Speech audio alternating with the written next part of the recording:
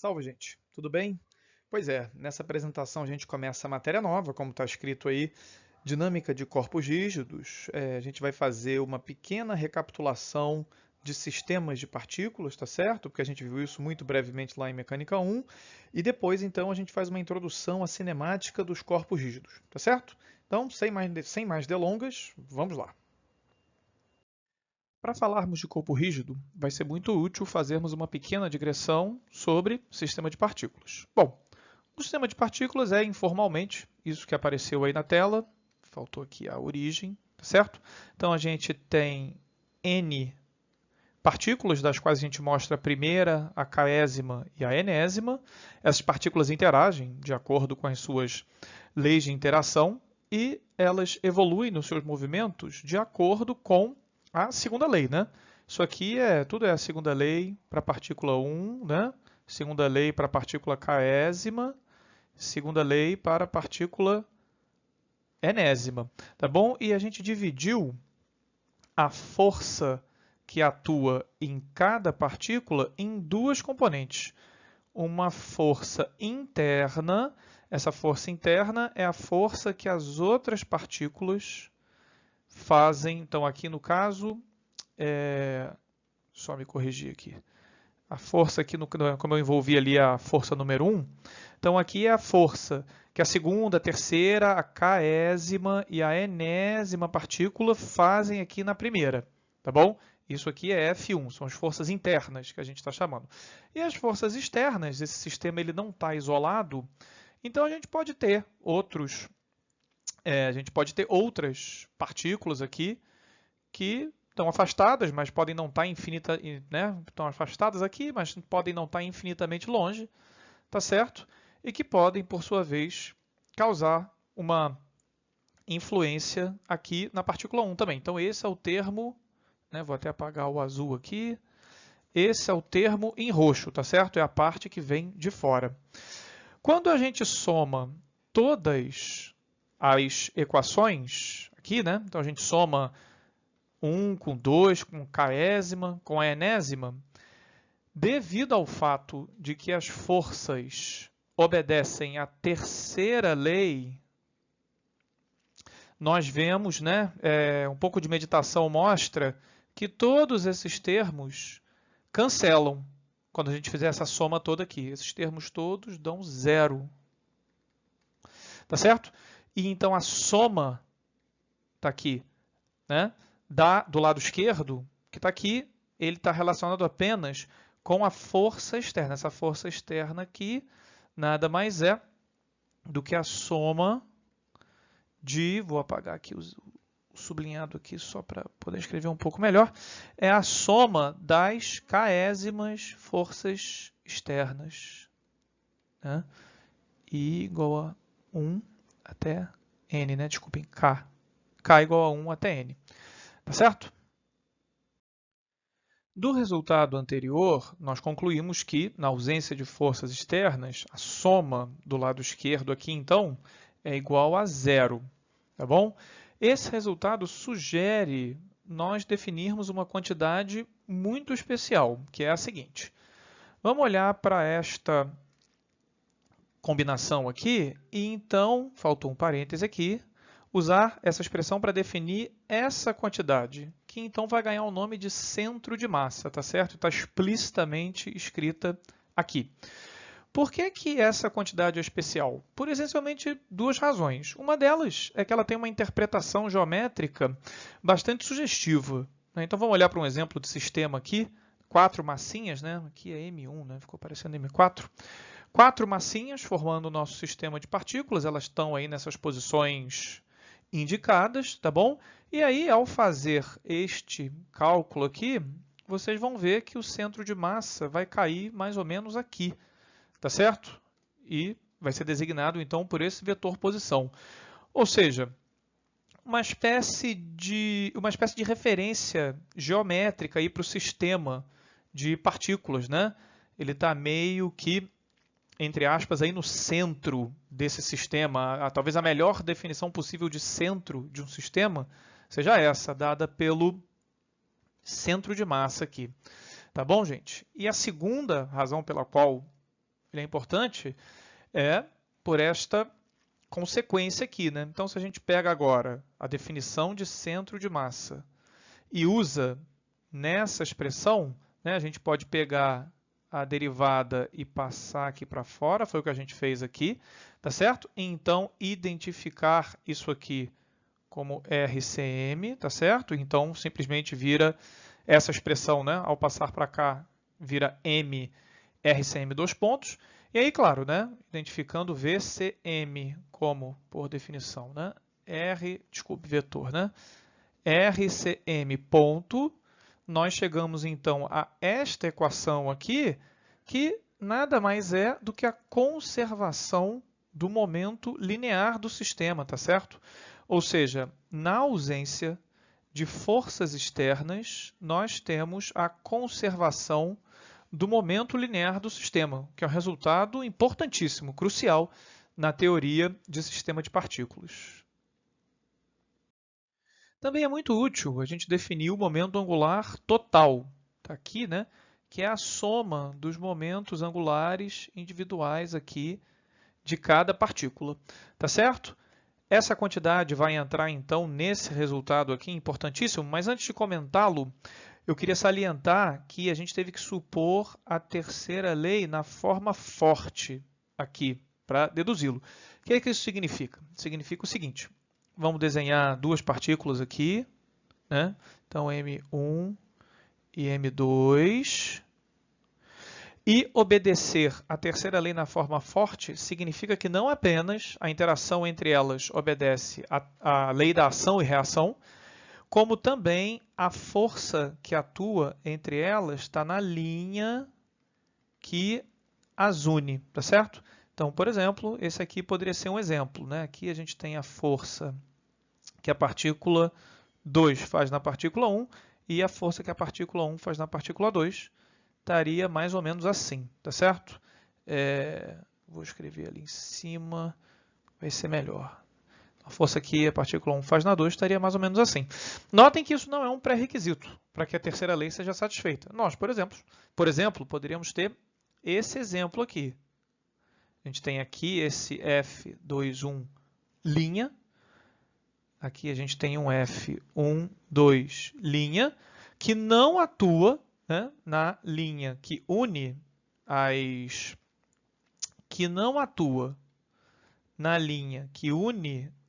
as massinhas, mas obedece à lei da ação e reação. Essa força aqui é menos essa, tá certo?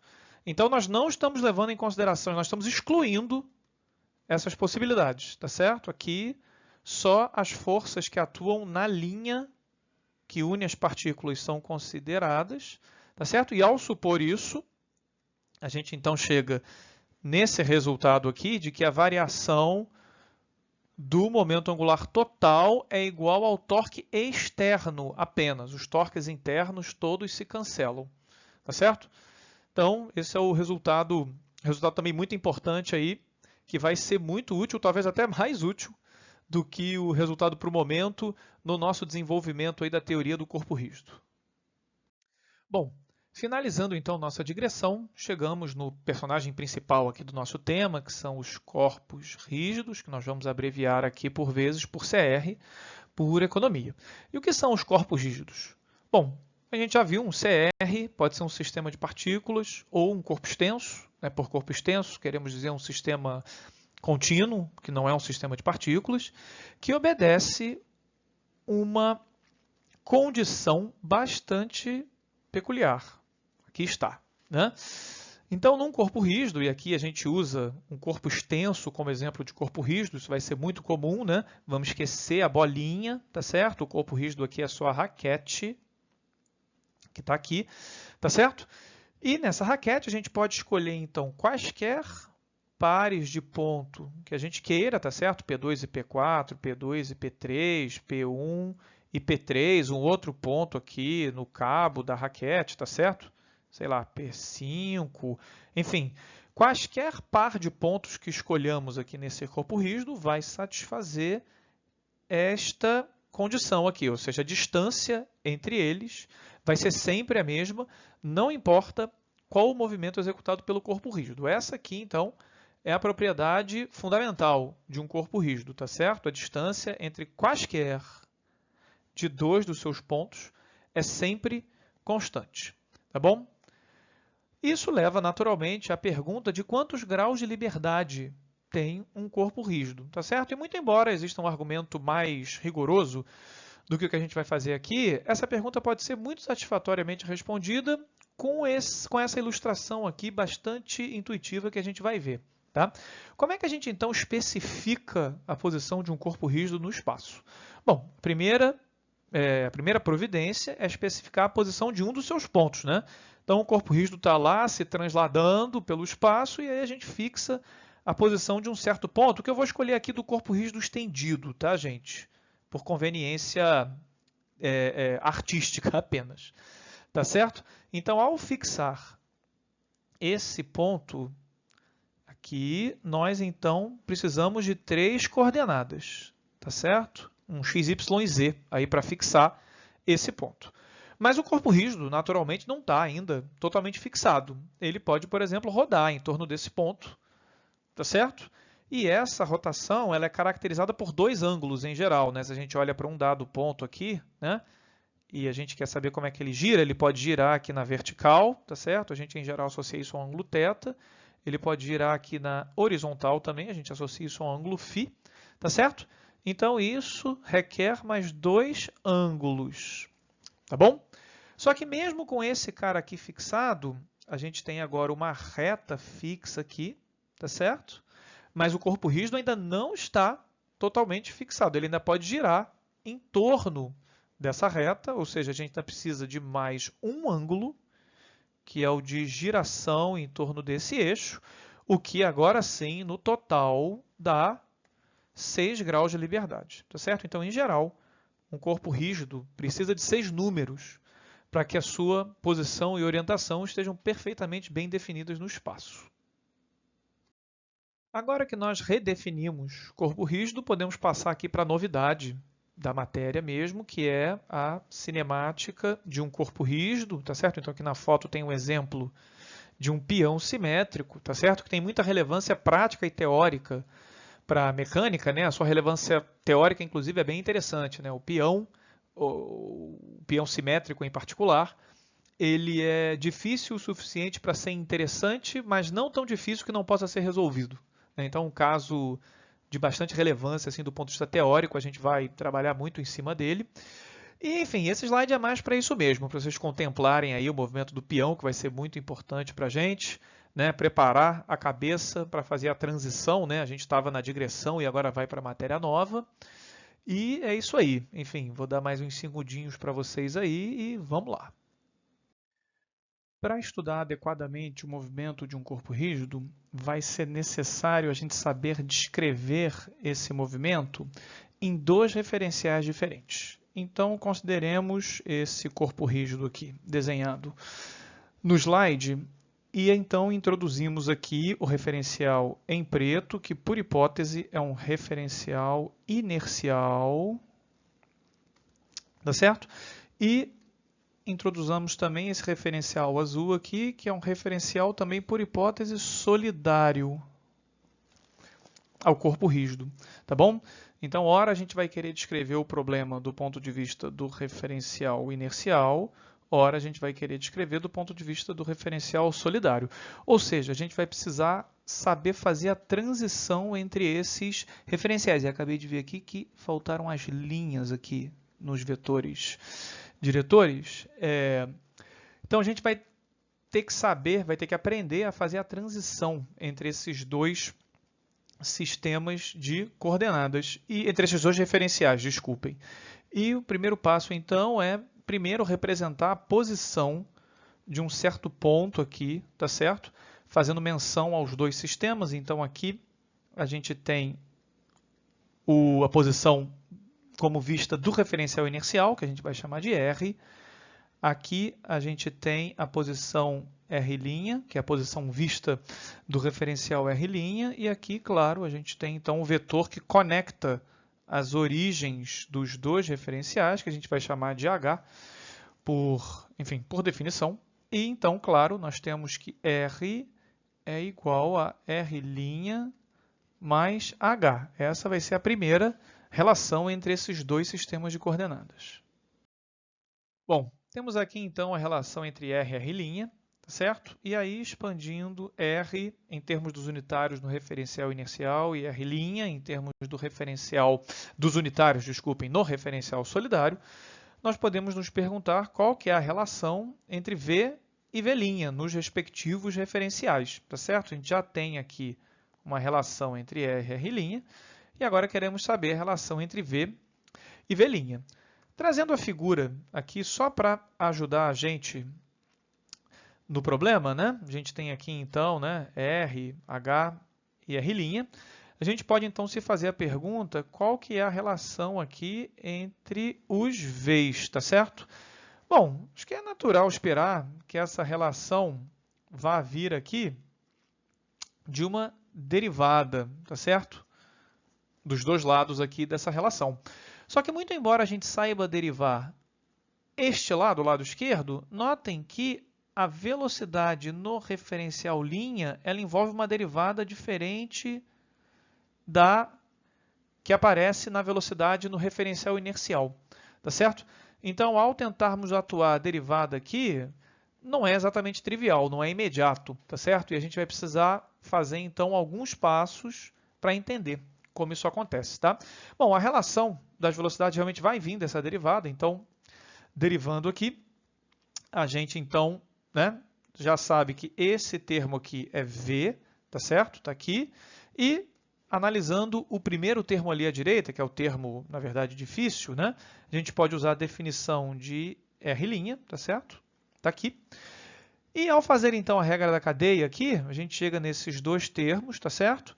Esse primeiro termo é, na verdade, fácil mostrar que ele é simplesmente V', tá certo? E esse segundo termo aqui cai naquela categoria de cálculo que vocês vão ter que fazer por vocês mesmos, tá certo? Não adianta eu fazer aqui, não adianta apenas olhar, né? Esse é um cálculo que tem que ser feito, tá certo? Para vocês realmente perceberem todos os detalhes que estão presentes aqui.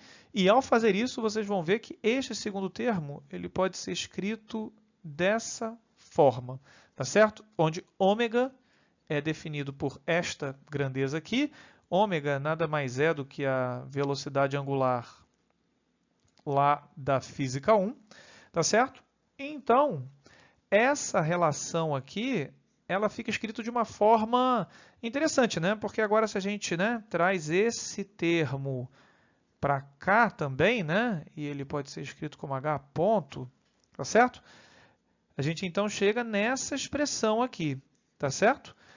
Onde, o que ela está dizendo? Está dizendo que a velocidade num dado referencial, ela tem, em princípio, três combinações.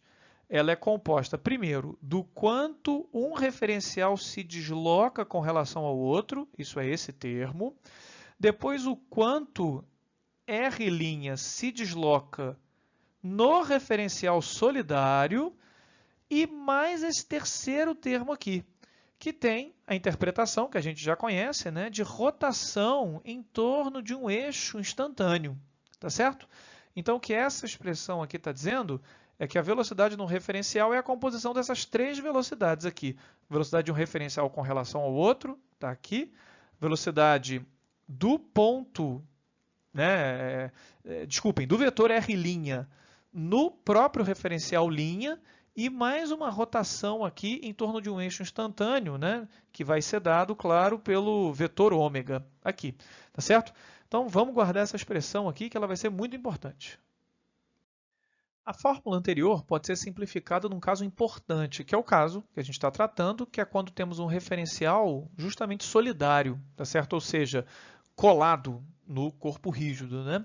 Como é que isso funciona, né? A gente tem, então, um referencial aqui, né? E o que acontece é que qualquer ponto no corpo rígido, ele, na verdade, se por definição este referencial aqui, né, nosso referencial linha, ele está grudado no corpo rígido e como todos os pontos mantêm as distâncias fixas, Esse referencial está solidário, significa que este ponto aqui ele está sempre parado com relação a esse referencial aqui, tá certo? O referencial está colado no corpo, esse ponto, por definição, esse ponto aqui, né, também está colado no corpo. Então, esse ponto se move junto com o corpo, o referencial também, e, na verdade, V' é igual a zero, tá certo? Para qualquer ponto, né? Não apenas para esse, para qualquer ponto aqui do corpo rígido, né? Isso vai ser verdade, tá certo?